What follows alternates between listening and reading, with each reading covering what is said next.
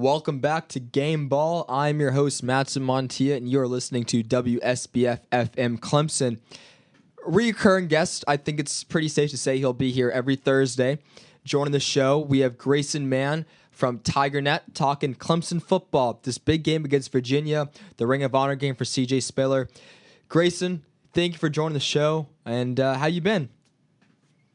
I've been good, Matson. If you had told me after the Georgia game that the next team that Clemson would play with a winning record was Virginia, I would have been a little skeptical at what you were saying to me, but that seems to be the case this Saturday against Tony Elliott's Cavaliers. You know, I think I can't tell what would be more surprising, Florida State being this bad or Virginia somehow being this good. Yeah, it's been a strange season of college football just to kind of show you the magic that this sport provides us. And you got a really bad FSU team and a really inspired Virginia team. Going back and watching some of their games, I've been really impressed with what they've been doing. And I got to watch them in 2023. I thought that was a 3-9 team that really wasn't reflective of their record. And Sweeney was very, very much giving out praise to the Cavaliers and what Elliott has done to really bring this program some hope from the last 3 years. Yeah, no, nonetheless, they've been playing really, really good ball. And I remember last season, I was watching, for some reason, I watch ACC football, right? We cover Clemson. And I remember turning on the TV one day and watching a Virginia game, and Anthony Colandrea came in, their quarterback. He was a true freshman at the time. And he lit up NC State. And there was this call that was made where his helmet came off his head and they missed the extra point because it was a 15-yard penalty. You know, I can go on and on about it. But long story short, that was my introduction to this kid. And he's lived up to the hype this season. He's thrown for over 1,300 yards. He's dual threat. He's awesome. So having watched some of the Virginia games, like you said you have, and going to the pressers, what do you expect to see out of Colandrea, and how do you think Clemson can kind of contain his dual threat abilities? Yeah, Dabo started his pressers on Tuesday saying that this kid is a problem, and sort of reminds him a lot of, in terms of Ashton Daniels with his playmaking, someone that can play off script, and if the rhythm gets just disrupted a little bit, he's able to roll around in the pocket, maybe scramble outside of it and find his big body receivers. Like I'm sure we'll talk about Malachi Fields. He's quite the player in the ACC. This is a really good Virginia team also with Kobe Pace that can really create a balance for this Virginia offense. They've been able to score 30 points in half of their games this year, really starting to show that evolution where one of the games I remember distinctly last year where I was like, oh, I don't know about this Virginia team. I watched them against Tennessee, and they were competing, but it was just clear that the talent discrepancy was pretty big. And now looking at this Virginia squad, they've really been able to pick up some one-possession wins they didn't get last year.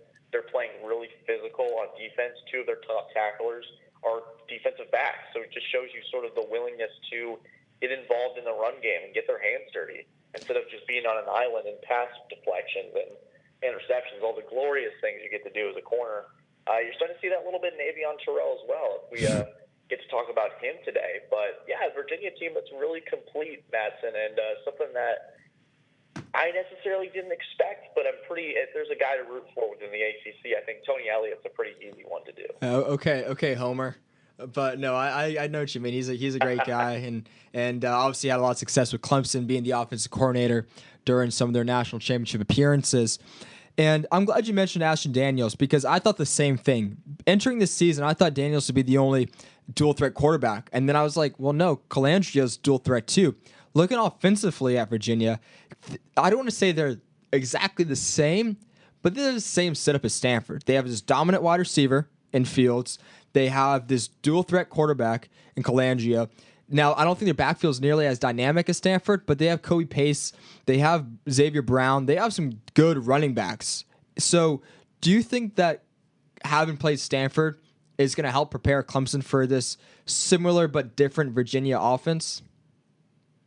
Yeah, and I think Colandrea brings a little bit more of a threat in the passing game than Ashton Daniels did, and we clearly saw that against Stanford weeks ago, it feels like. Wow. But I think with Virginia, I think I wouldn't be shocked if Elliott's watching that Stanford tape, especially in the first half, and going, we really need to test this team's gap integrity. We need to test the edge. sort of throw the kitchen sink and see what sticks. This is going to be a Cavalier squad that understands what they have in Clemson. It's a vastly more talented team, a much quicker team. So it's going to be, can we beat them through the X's and O's? Can we beat them trying to test them a little bit? Saying, hey, can you make the right adjustments? Can you beat us maybe with an option package that Colandrea can run? Can you beat us off the edge with maybe some throws with Avieon Terrell matched up on field? There's going to be a lot of matchups that I think Clemson fans early are going to watch and say, okay, either Virginia is going to stick around here, it's going to be an uncomfortable afternoon, or Clemson's going to take care of business again, and fans will probably be clearing the stands by the third or fourth quarter. Yeah, I if I had to give my personal intake or injunction on it, I think Clemson's going to pull away relatively easily just because Virginia has some dudes, like we mentioned, but just not enough, in my opinion, by watching them and seeing how they play.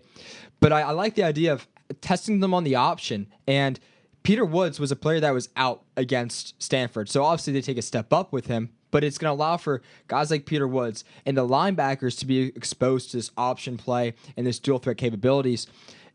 And do you think that can help them in the long run? And do you think that's something that they'll be able to, I guess, live up to early on in the game against Virginia? Yeah, I think when you look at what this team has seen so far, they've seen more of a pro-style offense against Florida State. They've seen the mesh, weird wackiness of Wake Forest, and they've also seen an option attack against Stanford. And you really saw it. It was basically like we were playing a service academy team, is what a couple players were telling me. They're almost laughing about it, being like, "Oh, it feels like we were playing Army that day." Yeah, shout out to Army though. Okay, you can't disrespect that team. Undefeated. I think that was the time where they weren't. I think they're 6-0 now, Matson, right? Yeah. Wow. How about that? Army, Service Academy, make it happen. And Navy, they're both ranked for the first time at the same time since 1960. So, Army, Navy, fun times for those two. Man, what a time. But yeah, to get back to your question about, I think this is a good thing for Clemson to continue to face different offenses and continue to get different looks. I think for this defense, where sometimes I'm not sure how disciplined they truly are. I think they're a really talented group, but sometimes I see them out of places at certain points, especially within that front seven. But it's a whole lot of talent, man. And it's something that when it all gets put together, it's a defense that's one of the best in the country in terms of their talent. But I think it comes to being a smart defense and being in the right spots. Talking to Wade Woodhouse the last couple of weeks about breaking those tendencies against some of these offenses. So I think for this Tigers unit, it's going to be important to really establish, hey, that first quarter against Wake Forest wasn't our best ball. Can we sort of flip that script? And we're back in our home crowd for the first time. We're going to have an open day coming up soon. Let's close this team out early and start truly resting for the next couple weeks. Yeah, no, that's a good point, right? Get the extended break, that bye week. I think it's at a perfect time. I think Clemson timed their bye weeks better than most teams did, with it being at week 2 and then week 3 and then at week 9. Now, my question about the defense, you mentioned they sometimes make some mistakes that they shouldn't be making. So I'm going to present 2 scenarios, and maybe it's a third one that I'm not thinking of. But do you think it's due to them playing down to the teams they're playing, right? Like, I think Wake and Stanford and Florida State present different looks, but at the end of the day, they're not top 25 teams. Do you think it's the youth of it, right? There's a bunch of sophomores making huge contributions, but they're a younger team compared to most defensively. Or is there like a third element in terms of why they sometimes make these sloppy mistakes? I think you're really on the right track there, Matson. It's probably a mix of everything, because I've seen this defense at its best, particularly against Georgia in that first half in Atlanta, where this is a team on paper with Georgia that has all the skill in the world, all the NFL talent. You see Clemson go toe-to-toe with them, and then just the tires run off because the offense isn't able to produce something we haven't really seen this season other than that matchup. But I think, yeah, it's a mix of inexperience, and also there's going to be some gaps because Clemson has blown teams out of the water. And so you put in these reserves who aren't necessarily playing, but I think Sweeney told us in a couple of these matchups, it's good to see who's going to get exposed and who's not. And so they're still trying to figure some things out. I think when you have guys out there like Sammy Brown, Kyle Griffin, even Terrell as a sophomore, there's still things that he hasn't seen yet as a college player. Even Peter Woods and TJ Parker, as great as they are, they're still incredibly young, and that's not a knock on anybody. It's just you haven't seen what you haven't seen. And so for the first time, you're seeing some of these things at a certain speed, and it takes a while to adjust to it. So this team has made good adjustments, yes, but I do have concerns down the road when they play maybe a Miami or a Pittsburgh that, hey, it could be a challenge early, but how are they going to respond? And I think Saturday was a good example of that, responding well to a wake attack that really pushed the issue, and then boom, clamped it up. Clemson's offense takes care of business in the games that are reached before they know it. Yeah, I think you make a great point there because they do clamp it up and they are playing these new, like these aren't just normally ran offenses. You mentioned Wake's one of the weirdest ones, and you don't know what you don't know until you actually play them. But I do think if they were to play a Miami or eventually get to the playoffs down the road, they can't start tuning things up in the second half because by then the game's out of reach, right? Unless the offense is keeping toe-to-toe. But it's hard when you're playing these explosive teams like we've seen from Oregon and Ohio State and Texas. But again, that's a story for another day. I want to harp on one player from Virginia. You mentioned him early on that's killing it. Malachi Fields, 6'4". I believe he's ACC midseason, first team right now. He's been awesome. Seeing Malachi play, do you think it's going to be another good test for a guy like Avieon Terrell, who might be a little bit undersized in this matchup, but having to play the best of the best? Right, and I think you talk about things that they've seen before. Terrell's now faced a couple big body receivers, whether it was Wake Forest. Something you put out on Twitter during the week of Wake Forest is that this height's going to be a real advantage for the Demon Deacons, and you sort of saw that early. But then Clemson was able to mitigate that. But I think Terrell facing up against Manor against Stanford was an important matchup to sort of test the waters on how you're going to cover such a big body receiver like Malachi Fields. And I wouldn't be shocked at all if they have the same implemented strategy where they're just going to trust 20 to go out there and do his thing, because he was able to create turnovers against Stanford. And against Virginia, I have no doubt that they're going to want short fields. They're going to want Terrell to make some big plays. And I have no doubt that on the other side, they're going to see a smaller corner and go, okay, we need to attack this until he proves it otherwise. And so it's a real chess match between Elliott and Wes Goodwin of, hey, which side's going to crack first? There's a line in the sand, and where are we going to draw it? Where's it going to land? So I'm fascinated to watch it. It's one of those matchups that you watch on NFL Sundays of, which corner is going to be put on an island against Justin Jefferson. I'm not comparing the two, but it's just an example of fun cornerback matchups to watch. And I think Terrell's got that capability, and he's proved that, hey, he can guard the best of the best in this conference. And Fields is certainly up to that level. Yeah, 100%. Again, this is WSBF Clemson Gameball with your host, Matson Montilla. Join the show, Grayson Mann from TigerNet. So you mentioned a good point about Avieon Terrell had a matchup against Illuminor of Stanford, but again, it's that dynamic of he didn't really have a quarterback that could get him the ball. So this should be a really intriguing matchup because Colandrea, he can get Malachi Fields the ball easily. I remember watching the Louisville game, watching some other games that Virginia played in, and he makes a good effort at getting him the ball and getting it to him effectively. Now, switching it to the offensive side of the ball, we know how good this offense is. We've seen it. They put up, I believe, 40 points every single game except for twice, right, against Florida State and against Georgia. But that Georgia game, week 1, I consider that a scratch-out game. We don't need to look at that. They didn't know what they were going to get out of this team. But looking at this offense, something that stuck out to me, the two teams that were able to knock out Virginia, Maryland and Louisville, they just ran the ball. They both ran for over 120 yards rushing. And I feel like it's a continued talking point with Clemson football and with you, Grayson. Every time they play a team, it's like they need to run the ball because defenses can't stop the run. Do you think they're going to continue to do that? Do you think they're going to hand the ball off to Maffa? Yeah, I think for Maffa, it's going to be another matchup where, hey, we're going to rely on you to be the workhorse of this offense. And for a Virginia team, you're right. I watched that same game as you, and they just decided to get under center, get in shotgun, and give their backs the ball and tell Virginia, if you can't stop it, that's too dang bad. And so I think for Clemson, in front of the home crowd, you've got a recipe there to really ramp things up. But I also think there's an element of Clemson shot taking that you can use through play action that Klubnik's really thrived off of this year, where if you start to really force the issue and bring some of Virginia's backers closer to the box, maybe drop down a safety or two because Maffa may overwhelm a guy, maybe break a tackle or two.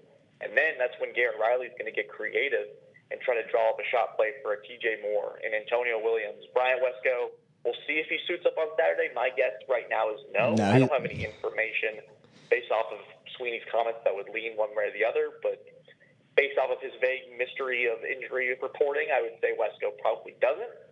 But there's going to be plenty of other guys out there for Cade to toss the rock to. But I think it all starts with Phil on Saturday, and it really has with this offense, is that it runs through 7. And a lot's been made about Cade Klubnik, and he's been phenomenal. But the better 7 plays, this offense becomes virtually unstoppable against certain teams. 100%. And Grayson, I have a few more questions for you before we wrap this call up. Again, thank you for doing this and joining us today. You said, let's be honest, Brian Wesco, he's day-to-day. I think Dabo's going to play the role of him more likely not touching the field. If he does suit up, not putting him out there unless they really need to. And then we also saw Tyler Brown is going to be missing this game against Virginia, another game that he's missed over this course of the past few weeks. But that being said, we know Antonio Williams is Cade's guy, right? We know he's wide receiver 1. But do you think a guy like TJ Moore or Troy Stellato is not only going to step up like they've had in the past, but potentially take over as this huge go-to guy, even if a guy like Wesco or Tyler Brown comes back later in the season? Yeah, I think that's the strength of this wide receiver room, Matson, is that they have guys that have stepped up compared to the last couple years where they've really been scratching and clawing for something out of that production. And a guy that I've been really fascinated with is Troy Stellato, a guy that is sort of, and I wrote a column about him a couple days ago, and he's their junkyard dog in the sense that he's been through a lot. He's been through a lot of adversity. So every time he's on the field, he is darn sure that no one's going to take it away from him. And he's able to crawl through zones. They're able to put him in certain spots because he's willing to take any hit that's going his way. So I think for Klubnik, it's really an advantage as a quarterback to have a receiver like that that's willing to get pops every now and then. And so they have really a litany of options, and I haven't really been able to say that by the Clemson offense in the last couple of years. Yeah. We continue to see TJ Moore get involved. He was really a factor early in that first couple drives of, hey, we want to get the freshman in early. We want to get him some quick outs, get him comfortable, get Klubnik in rhythm. And just to sort of segue off of something, that's something I really appreciate about this Clemson offense is the willingness to get Klubnik in a rhythm early and then start to really build around that. We've seen that with those quick outs. We've seen it with a couple of, not screens, but really cleverly designed quick throws to get this offense going, especially with 2 playing the way he has. They've really been able to make the most of what they have in this room, and it starts with guys like TJ Moore, Troy Stellato, and especially your guy Antonio. Yeah. So I got 2-3 questions left for you, Grayson. Again, Grayson Mann from TigerNet joined the show. So one of them being, you mentioned you like to see Cade get into this rhythm, get these short go-to passes. If they were to face a tougher team, right, where let's say those passes aren't working, they're being well defended, they're anticipated, and they just aren't completed, for example, do you think that could mess up Cade's, rhythm, his confidence, where he doesn't get these early receptions going? I think if we were doing this segment last year, I would have told you 100% yes, because last year, as you saw, it was not the best outing for Klubnik in any way, shape, or form, but I've just seen a different vibe from him, if that makes any sense. And we say that every year about Clemson teams. We say those same talking points in the fall. But I think this year we finally meant it. And with Klubnik, there's a different air to him. It doesn't feel as panicky. I think you can see that within his footwork in the pocket and sort of how he navigates being the quarterback at Clemson. It's just a little bit different. It's sometimes tough to explain. But what I've seen him on the road in Florida State and Wake, especially FSU, where he had some drops, there was definitely opportunity to disrupt the rhythm where maybe they're up by 16, but the offense isn't flowing like it has, and Klubnik forces an issue, and FSU is right back in the ballgame. I didn't see that from him. I saw a lot of calm, collected competency that we haven't seen at the quarterback position a couple of years. There's a theme of this phone call of we haven't seen this since XYZ, but I've really been impressed with Klubnik's poise, and I think that we've seen enough on tape from him to ensure that, hey, they're just going to stick with the script. They're going to stay on rhythm, and even if sometimes the groove gets disrupted a little bit, they're going to be just fine. 100%. I want to give a big shout out to Tyler Grisham because, man, he has transformed this receiving core. I mean, it seemed like he was on the hot seat by all the fans this offseason, and now he's the coolest guy in Clemson. So was that just seeing his progression as a coach and seeing these wide receivers take a step, are you impressed by what you see from the wide receiver coach? I am. I think they've really come together this year. There's a lot of, I think, conversation about the production of this wide receiver room. And the last 3 years, there's been a true freshman that's led this team in receiving yards. And I thought that was a big concern because nobody was, quote-unquote, either developing or stepping up. Because you had Bo Collins at 21, you had Antonio in 22, and then Tyler Brown in 23. But now this year, you're starting to see Antonio really develop. I think he's playing his best football. I think that Troy Stellato has really come along well, like we've talked about. That there's a lot of continuity now from this wide receiver room. And for a guy like Grisham to really rally a room that could tend to get crowded when you bring in 2 5-star freshmen, there could be some animosity in that room. There could be some heads butt because of playing time, because of reps, the allocation of the ball. People are going to want their touches. And so I think Grisham's done a good job of managing the rotation and managing a room that really doesn't feel like one full of egos, but one rooting for each other to succeed. I feel like that's so rare, Matson, in this era of college football, to see something like that. So I think Clemson's got a good problem, and Grisham's managing it well. 100%, and I think you're right. Grisham does a great job managing it, understanding who, getting the snaps allocated appropriately. But also, I think it's Cade Klubnik being a great quarterback and distributor of the ball, saying, if you're open and you're on the field, like, I'm throwing it to you. And I think that helps add to it, where he's not getting anybody just a certain amount of targets. It's just like, just be a good wide receiver and you'll get the ball. And I think that helps the receiving core really just job together where they don't have to be a favorite per se. My last question for you is flipping over to recruitment. We saw the decommitment of Blake Herbert from the quarterback, from the 2025 class, the quarterback decommitting. Clemson has 13 commits. They're ranked top 20 among recruiting classes by 24/7. But with only 13 commits, what can you explain what's going on with Coach Sweeney? Do you think they try and bring in more players, or do you think they're going to try and stay pat? Because, like he said, a lot of players are returning to Clemson next season, and there might just not be enough scholarships to go around. I think multiple things can be true at once. I think, there's an issue, and we've been told at TigerNet, and we did a podcast about this. We think that it's a money issue. We think Notre Dame came with the Godfather offer, and Hebert took the money. And I don't think you can blame the kid for doing that in that kind of situation. That's just the way this world of college football is. But I think also, and somebody mentioned this on Tuesday, they have a lot of returning players, a lot of continuity coming back, which, again, also rare in this age of college football, is that they got a lot of guys that are coming back. And there's going to be only so much scholarship room to really move around with. So this may be for Clemson. It's never a good thing when you lose recruits, but I think sometimes when you look at where this roster is, if they're competing for a playoff again next year, let's say they just came off a Q final appearance or a semifinal appearance, they're going to want to return a lot of these guys back and see what they can do with it as they develop. So bringing in a small recruiting class may sound bad on paper, but I've been trying to be the optimistic guy within the Clemson community, if that makes any sense. I get that. People lose their minds over this recruiting stuff, and it's just a world that's tough to navigate.